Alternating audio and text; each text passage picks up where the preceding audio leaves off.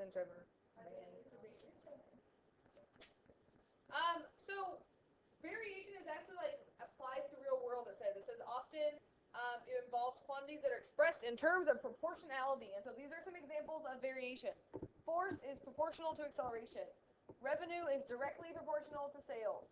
When an ideal gas is held at a constant temperature, pressure and volume are inversely proportional. Lots of these have to do with science, but they definitely can do with like revenue and money or geometry. We can pretty much write every geometric formula in terms of variation. In Algebra 2, you did this a lot, but you didn't apply it to actually a real problem. And so if you took pre-calculus, then we did do that. And so we're going to talk about 3 types of variation and how we can solve some problems with them. Okay? So you do need to write this down. It is a lot of writing. This one's the longest, and then I kind of shortened them up for you. But there's 3 types of variation, and variation is defined as just saying how one quantity varies or compares to another quantity.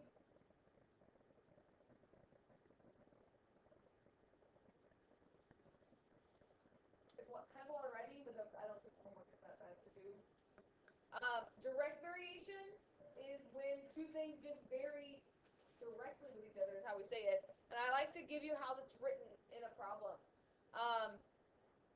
And so I wrote this one, the way the book wrote it. It said, let x and y denote 2 quantities. I'll kind of leave that out the next one. But here's the kind of important part. If it varies directly, it says that in the problem. It says, then y varies directly with x. So when you see that in your problem, you know, oh, hey, it's direct variation, because it uses the words varies directly. Or sometimes they don't use the word varies directly. They say is directly proportional. And again, the word directly is kind of the key word there that you're using direct variation. I said suck there, but I should say such.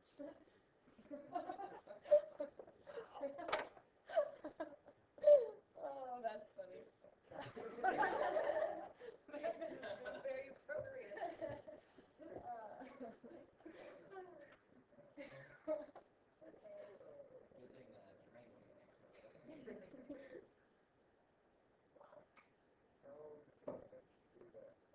I don't know. H and K are kind of close together on the keyboard. I know. I was just reading it, and then I was like, "Oh, that's not good."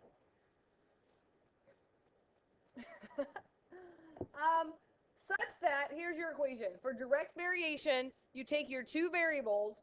Y varies directly as x, and you just take y equals some number k times x, and k represents a constant, and we say in variation that k is the constant of proportionality, or sometimes they say the constant of variation, but for every direct variation problem, there's a constant that goes in there. So the big thing you got to know is direct variation uses the words varies directly, proportional, directly proportional, and that this is our equation that we're using. And once we go to the example, you're going to see it's not nearly as bad as they do things right now. You did. Yeah, kind of like chapter, I looked it up yesterday. Like chapter 9 or something, like when you did rational.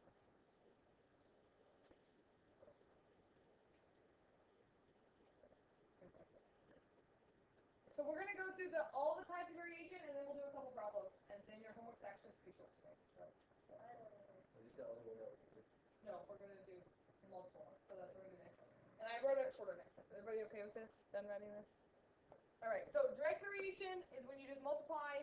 Inverse variation, and again, notice I wrote a little bit less this time, now that we kind of know the idea of it. Again, it's nice when you see these because they use the word that it's called. Like inverse variation says y varies inversely, or sometimes it says inversely proportional. But when you see that word inversely, you know, oh wait, this is inverse variation. And you just need to know that the equation, instead of being y equals k times x, it's y equals k divided by x. Because inversely is like the inverse or reciprocal of x. Not that. There's a few examples, but not a whole bunch. I think I might have 2 or 3. Maybe 2 and then 1 with the figures. Figures were better in second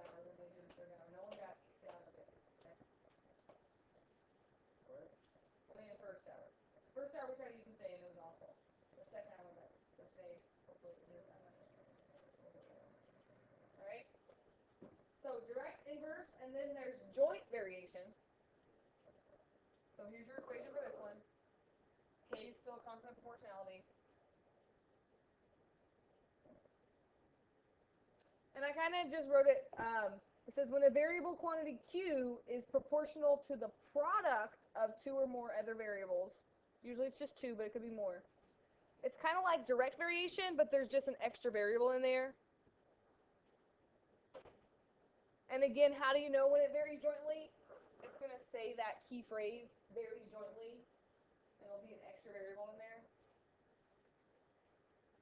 So notice we still have Q as our constant, but now we have Q equals K times X times Y.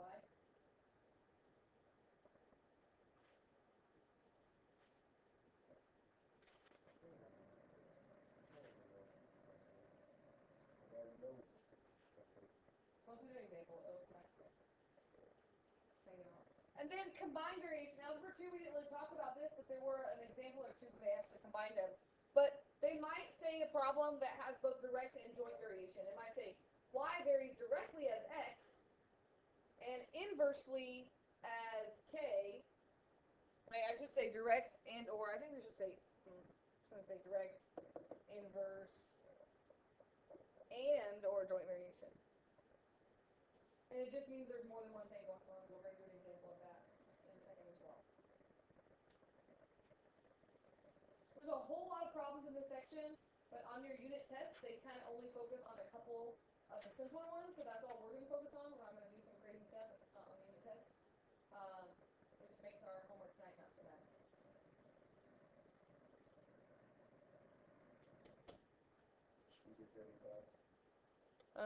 I don't know. Maybe.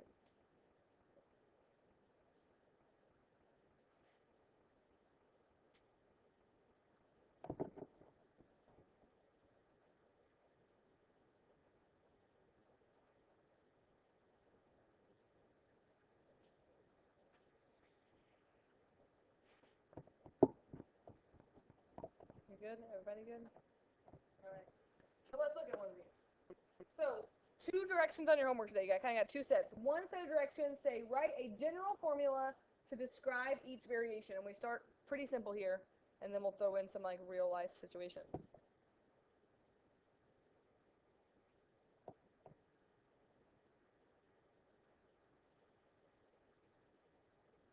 So it tells you y varies directly with x, and y equals 2 when x equals 10. What they're giving you is enough information that you can solve for that constant proportionality, which is what they want you to do in these first problems. The worst part of the notes is you have to write the problem.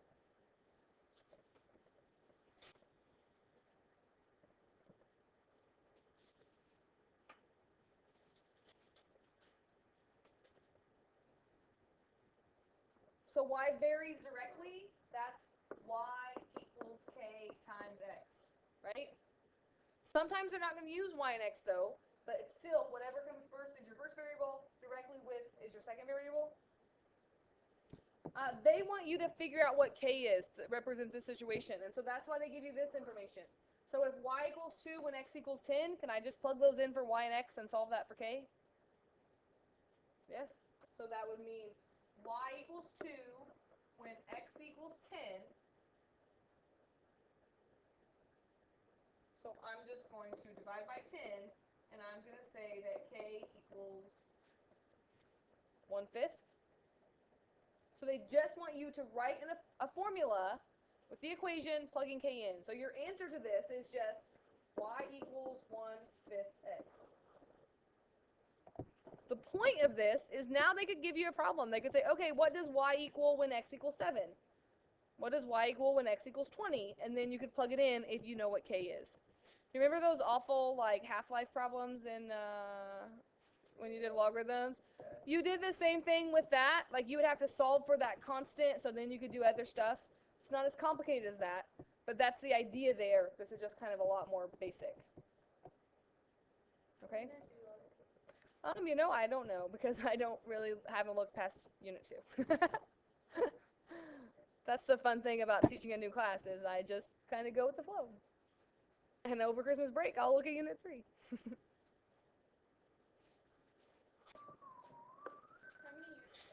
4.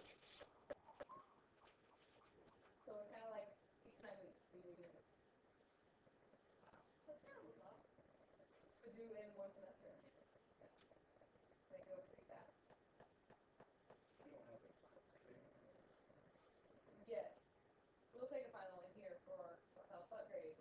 But then, like, next semester, you'll take a final for the whole year for ITech. We'll decide. Okay, so there's like 4-unit tests and then there's a And there's a final that's overall the year. So there's the Ivy Tech dual credit grade comes from 4-unit tests, a final exam. Each of those are worth 100 points. So that's 500 points, and then you get 100 points for homework. So there's 600 points possible. And so that's why it's kind of hard right now to determine if people want to keep their Ivy Tech credit or not. We only have 1 unit test. So like, I haven't talked to Ivy Tech, but I think it's like March that you have to make a decision whether you're going to keep the class or drop the class. And after March, if you choose to keep the class, like you're stuck with the grade that you get. So we should have had 3 tests by then. So you can kind of see where your grade is and determine if you want to go Google credit or you rather just.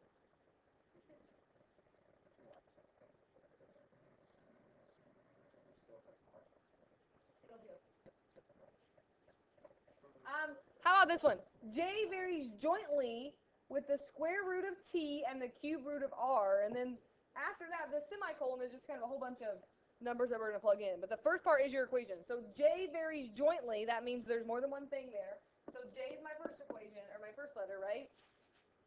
With the square root of t, can you just write the square root of t? Square root of t. And the cube root of r. Because it says jointly, do I multiply those or do I divide those? Yeah, jointly means multiplication.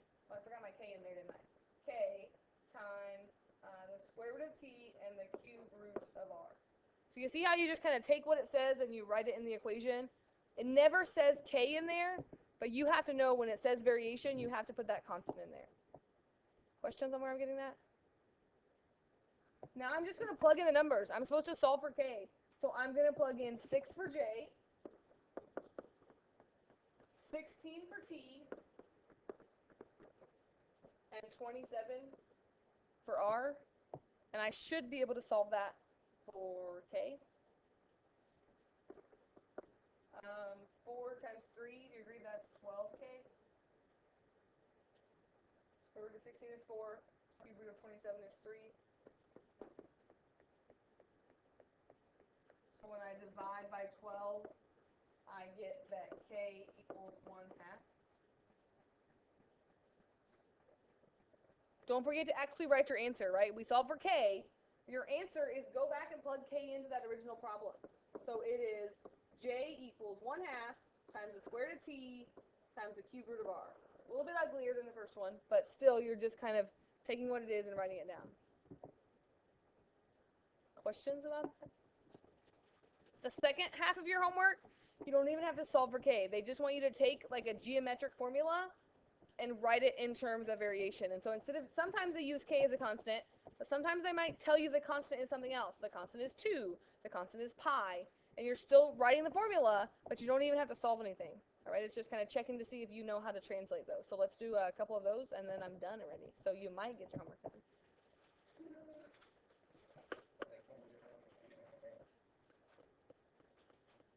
Again, the worst part is writing this out. So, but write an equation that relates the quantities. How do you? You're all right.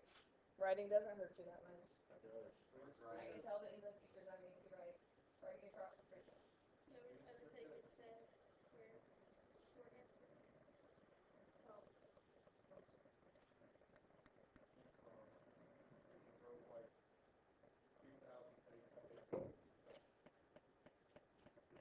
She's trying a little bit more.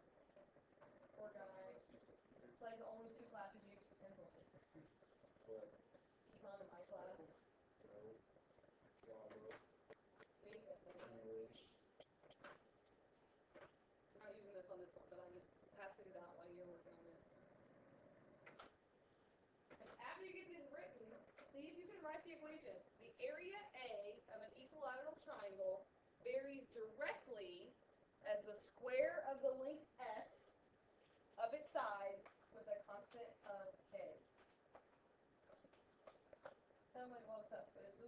figure out which variation you're using, correct, inverse joint, and then find your letters. Like, the good thing is they tell you what letters to use.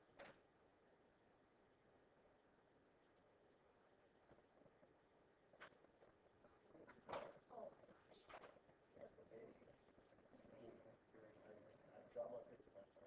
Oh.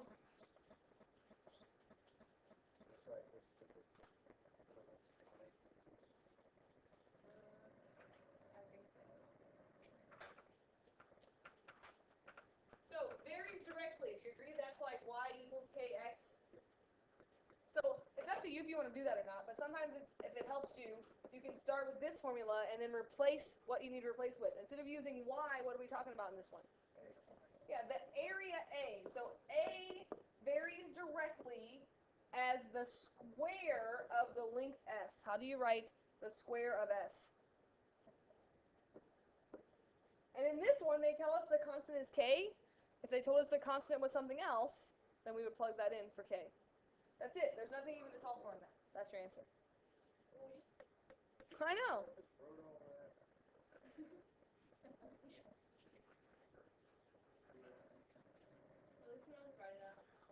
Right. You just write the answer on your homework. So, all right. I think. Let's see if I have the right class started here. No. Stop class.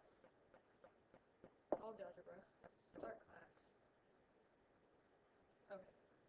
So now you need to turn on your clickers. Hold the power button in. Here's your ID if you forget from yesterday. You're already signed in? Before I started class, you were signed in? No, I just signed in. Okay, just making sure. Says you're not available. So hit find classes, and it'll find me, and then do it again.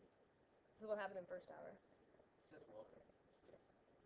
And so then you should be able to put your ID in. Okay. Yeah, like right when you started, type of thing. And so it'll do the little arrows, and then see if it works. If not, I'll give you a new one. But this is what happened in first hour. Like, only one person could sign in. And I was like, so much for this being a quick way to check for understanding. And you still got me. Wow. Everybody signed in?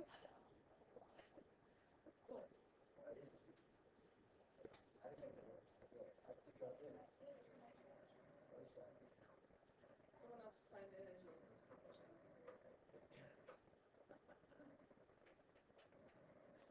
Nathan, why you there? Now you can sign in.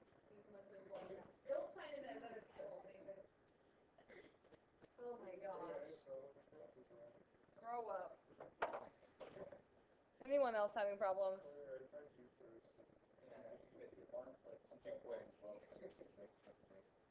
But that's where you should be. Okay. Because I haven't started the question yet. So now, let me start this question, and then you should get a number 1. Oh wait, look, this is not even the... Oh my gosh, I'm not even through that one yet. We'll do this one next, and then we'll go back. Progress. Start this question now. Let's see if I even put an answer to this. But please work. Oh my gosh. This is so annoying. We should just go ahead and have can we take our final?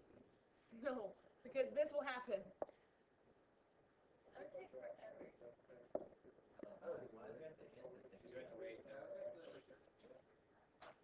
Is your say number 1 on it? Yep. Just go with it. This is the question. Which of the following correctly writes the equation for this? The weight W of an object varies directly as its mass M with a constant of acceleration of G.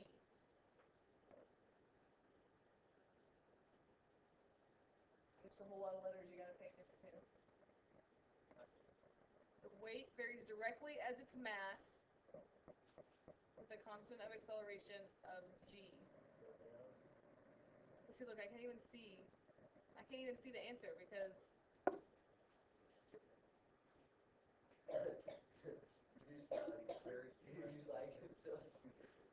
it just annoys me because these cost lots and lots of money, and so we're supposed to use them, but they're annoying to use.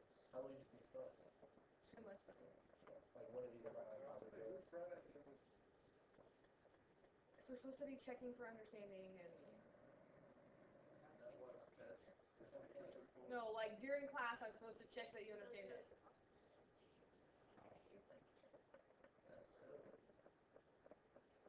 What would you like to do? Get you to work.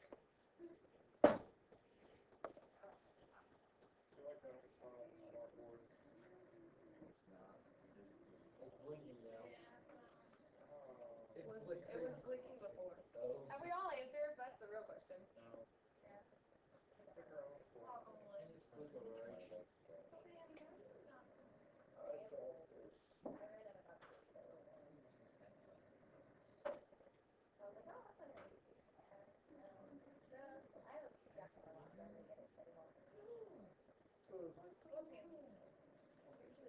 Weight is varying directly, so it definitely should be either B or D, right? Because weight varies directly. As its mass and acceleration, and directly means multiplying, so I think it should be. Who knows if you got it right or not? Because I can't check. You guys just look at all the numbers. It's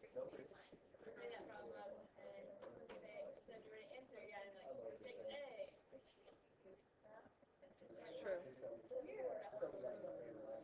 I'm with you. All right. I want to do one combined one real quick. You don't have to write it down if you don't want to, but you know, you might have it at homework, so it's up to you. But this is the last one. I kind of went out of order here. We're not using our clicks on this because clickers are crap. You want us to turn them all off? Yeah.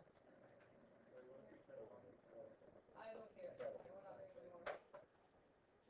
Wow. The rate R of a car varies directly as the distance d it travels and inversely as the time it travels with a constant of 1.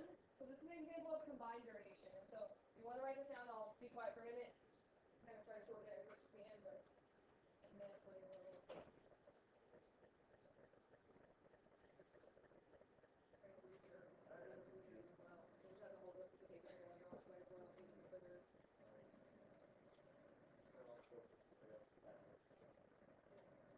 This is what happens in Ms. Vice class too, with freshmen, if they log in as seniors. Really, I shouldn't think I should have to worry about this.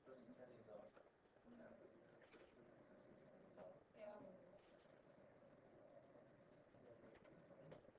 Failure of clickers today. So when you do combined variation, you just have to make sure you put the right letter in the right spot. We're still writing this? I'll be quiet.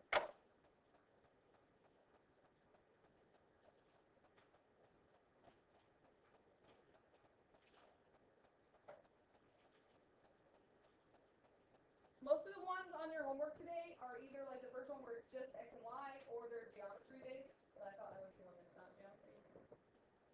It says the rate R of a car varies directly as the distance d. So you could do that part first, right?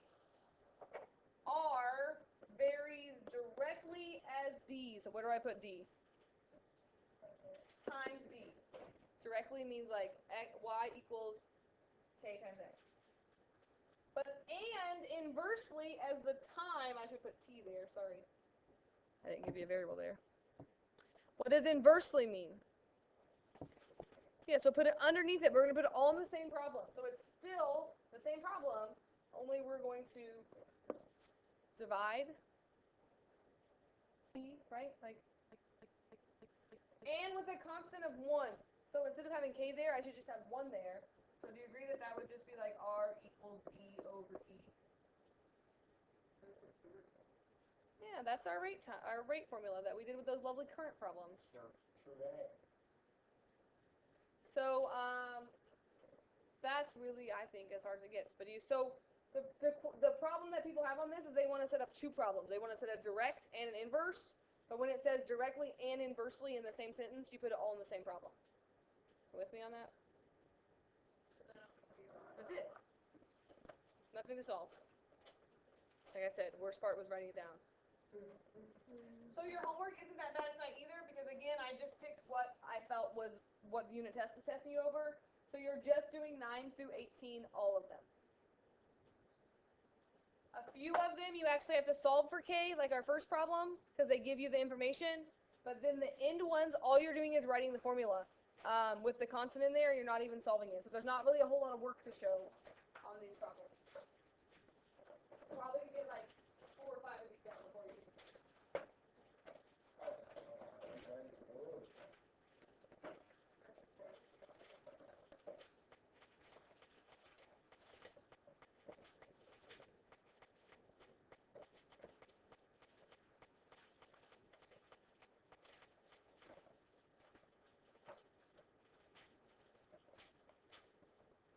So yes, 9 through 14, you're actually finding K, like our first ones, and then 15 through 18, you're just writing equations.